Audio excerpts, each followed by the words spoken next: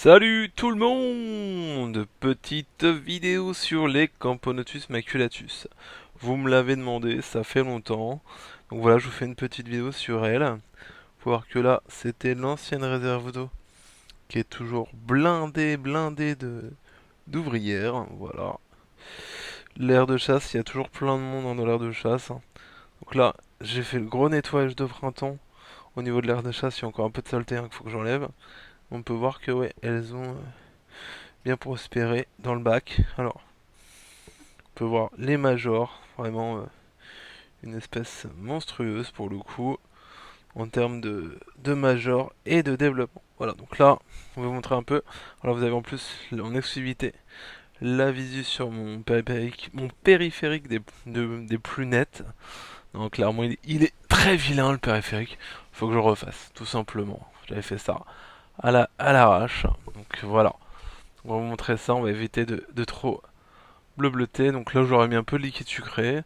Donc là, il commence à arriver. Hein, et puis voilà quoi. Là, on a encore plein mal de monde dans les galeries. Donc ça, c'est les galeries d'avant, hein, de l'avant. Donc on voit qu'il y a quand même moins de monde dans celle-ci que les autres derrière. Par exemple, là, si je vous montre juste sur le côté, vous voyez qu'il y a beaucoup plus de monde dans ces galeries-là. Voilà. Donc je vais vous faire un petit suivi. Donc de la colonie, de l'extension, vous dire un peu ce qui se passe. Donc là, pour mettre un peu d'animation, je vais leur refiler des verres de farine. Donc là, je ne me suis pas pris la tête, j'ai carrément pioché l'équivalent d'un gobelet. Il y a, je pense, là à peu près 50 grammes de verre. Peut-être un peu plus. Voilà quoi. Donc quoi. Il y a un petit peu de graines, mais bon, ça va, elles vont me les mettre au dépotoir. Hein. C'est ce qu'il y avait avec les verres. Et donc du coup, après, j'aurai juste à les retirer quand ça sera au dépotoir. Voilà. Donc on peut voir que là, tout le monde va s'exciter pour manger un petit peu les vers. Voilà. Donc voilà, j'en profite également, donc je vous montre l'extension. Vous allez pouvoir voir ce qu'il en est.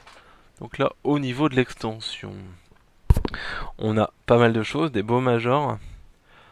Alors, hop, vous voyez que tout du long, il y a du monde.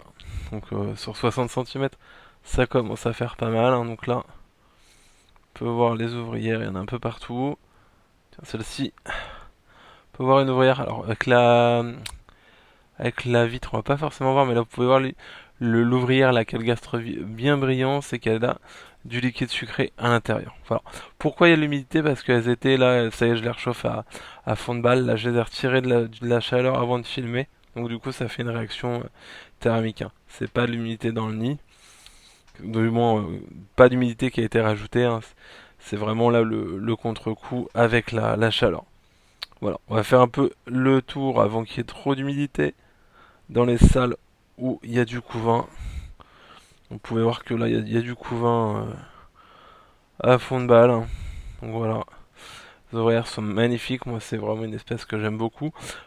Fut un temps, pour ne pas vous cacher, je m'étais tâté à m'en débarrasser, entre guillemets, hein, à me séparer de la colo, mais non, je les aime trop. Elles restent à la maison pour le moment. Il n'y a pas photo. Donc là, voilà.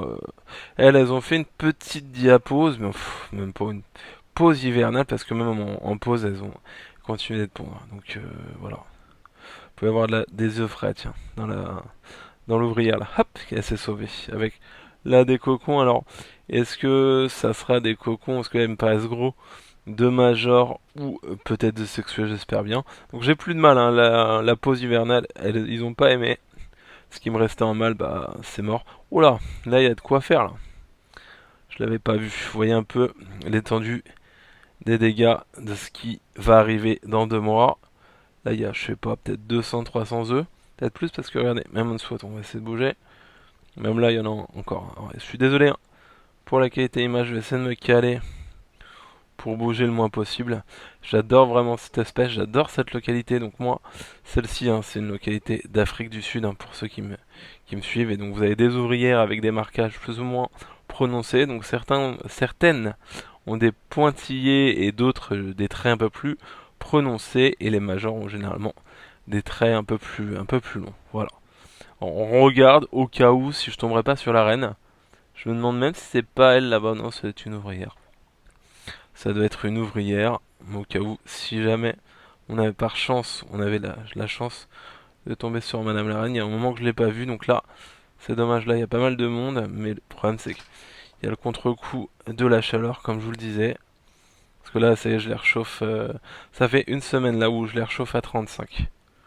Donc toute cette partie du nid, c'est-à-dire toute cette partie-là, je vais dézoomer. Attendez, que vous puissiez vous rendre compte. Donc toute cette partie-là, en fait, elle est à 35. Cette partie-là, elle n'est pas chauffée, hein. En gros, il y a le tapis là. Donc en gros, ça fait 35 là. Et là, on est arrivé sur du 28. Du 30, 28 là. Voilà quoi. Là, pendant un moment, j'avais un petit dépotoir qu'elles m'ont vidé. C'était au tout début quand j'ai branché le nid. Je pense que c'était le temps qu'elle s'habitue un peu. Et donc là, on peut voir qu'il y a quand même vraiment du monde dans le nid.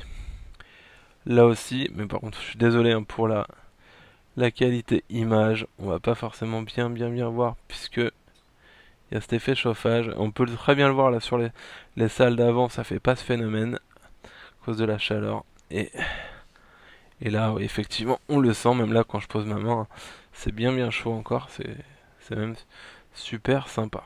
Voilà. En termes de température, elles sont plutôt bien. Donc voilà un petit peu pour la colo. Donc vous pouvez voir qu'il y a quand même du monde. Alors je vais essayer. Si ça va peut-être vous donner plus une idée. Alors j'ai pas un physique de rugbyman, mais j'ai quand même des mains. Voilà, j'ai des belles mains quoi. Et on peut voir que voilà, par rapport au nid, ma main elle fait pas super grosse quoi. Donc voilà un petit peu pour la colonie. Donc toujours aussi vorace. Alors on va repasser si vous voulez bien sur la colo. Donc là toujours aussi vorace. Ça bouffe de tout. Alors on va essayer de passer. Comme ça sera peut-être mieux pour vous. Voilà. Au niveau de visibilité, ça va peut-être être un peu mieux quand même. Comme ça. Vous pouvez voir qu'il y a des majors quand même assez badass par rapport aux ouvrières un peu plus petites. Puis vous voyez que là, elles vont me faire le ménage quoi. Je leur ai filé des verres, tout le monde s'active. Elles vont tout choper. Vous voyez qu'une ouvrière, elle arrive sans problème à transporter un verre de farine hein, à elle seule. Après, elle va s'y reprendre peut-être à plusieurs fois, mais elles y arrivent sans souci. Alors moi, je donne du vivant, puisque là, c'est une grosse colonie avec plusieurs milliers d'individus, hein, mais clairement, c'est pas une espèce effectivement qu'il faut nourrir au vivant au tout début. Hein, vous donnez plutôt du fraîchement tué.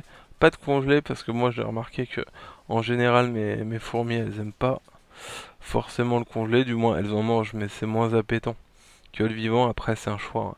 Il y aura toujours ceux qui vont préférer donner du congelé pour le risque d'acarien et ceux qui donnent effectivement du vivant. Après, c'est un choix, chacun fait comme il veut. Voilà. C'est de vous donner une visibilité peut-être. Est-ce qu'il y a du couvain là-dedans? Donc ça, c'était l'ancienne, normalement, réserve d'eau hein, qui était faite à la base pour humidifier ce nid, mais comme cette espèce n'a pas besoin d'apport d'humidité hormis l'abreuvoir. Là, vous pouvez voir qu'elles ont bien squatté les lieux pour faire une extension du nid, sans problème. Voilà. Donc franchement, c'est une espèce top.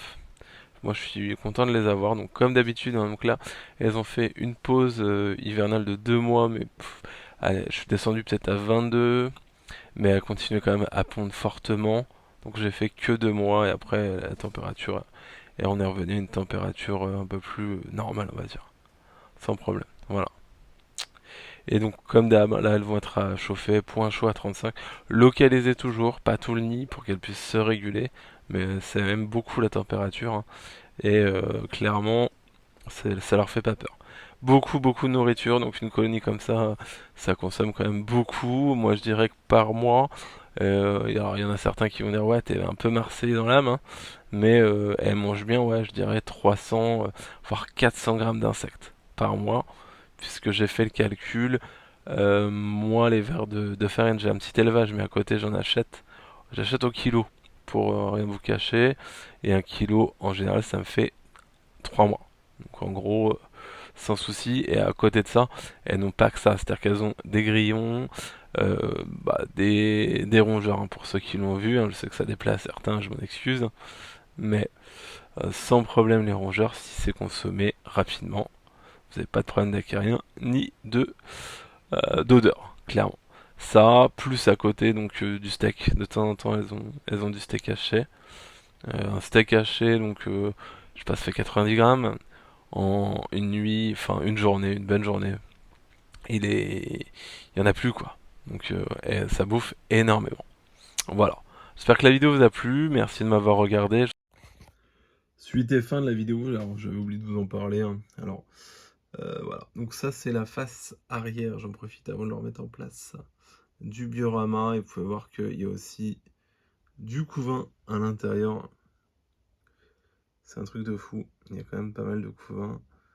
Et donc moi qui pensais que la gine aurait été dans l'extension, mais non, elle est toujours dans le Biorama au vu du couvain qu'il y a dedans. Donc là, vous pouvez voir les ouvrières. Ça s'excite dur, puisque là, il y a de la lumière, donc elles sont pas forcément contentes que je les embête. Surtout que ce coin-là est jamais éclairé, hein, puisqu'il est toujours au fond de mon étagère. Vous pouvez voir qu'il y a encore des œufs avec des cocons. Là, il y a encore des cocons avec des œufs en train d'éclore. Donc il y a encore pas mal de monde à l'intérieur. J'aurais bien voulu vous montrer la gine, hein, mais elle doit être dans l'amas de fourmis que vous voyez. Ça va être compliqué de vous montrer ça, hein. Donc là, elles sont tranquilles, elles font leur vie. Par contre, j'en profite également pour vous montrer. Elles ont réussi à creuser un peu le Biorama, mais aussi c'est de ma faute, hein. Je l'ai un peu poussé à l'extrême ce nid. Et du coup, bah, en gros, elles ont fait encore une salle sous la cuve, donc je pourrais pas vous montrer. Mais il y a encore une salle, donc il va y avoir encore quelques centaines, voire milliers de fourmis à l'intérieur. Voilà. Bah, j'espère que la vidéo vous a plu. Cette fois-ci, c'est la bonne. Je vous souhaite une bonne journée. Salut, salut!